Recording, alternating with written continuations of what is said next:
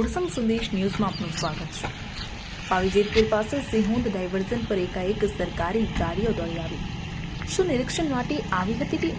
પહેલા વરસાદે જ 4 કરોડના ખર્ચે બનેલો ડાયવર્ઝન ધોવાઈ ગયો હતો। છોટાઉદેપુર જિલ્લાના પાવીજેતપુર પાસેના સિંહોદ પાસે નેશનલ હાઈવે નંબર 56 પરનો વડોદરા છોટાઉદેપુરને જોડતો બ્રિજ ભારે વરસાદના કારણે નદીના ધસમસતા પાણીના પ્રવાહમાં તૂટી ગયો હતો, જેથી છોટાઉદેપુરથી વડોદરાના વાહન વ્યવહારને બંધ કરી દેવામાં આવ્યો હતો।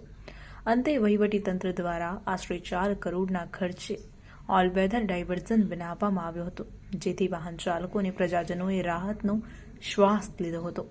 પરંતુ હાલના ચોમાસાના પ્રથમ વરસાદમાં જ તે ધોવાઈ જતા પ્રજા ફરીથી વડોદરા આવવા જવા માટે 20 થી 30 કિલોમીટરનો લાંબો ફેરો ફરીને જવા મજબૂર બની છે।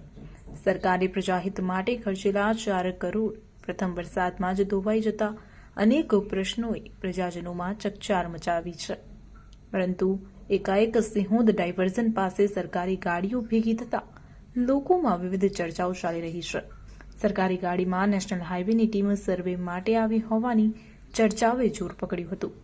નિરીક્ષણ માટે આવેલી ટીમે ડાયવર્ઝન પર જઈને જાત પરીક્ષણ કર્યું હોત તેમાં વિડીયોમાં જોવાઈ રહ્યું છે। ક્યાંની ટીમ હતી, કેમ આવી હતી, એ તો રિપોર્ટ આવે પછી જ ખબર પડશે તેમ છે।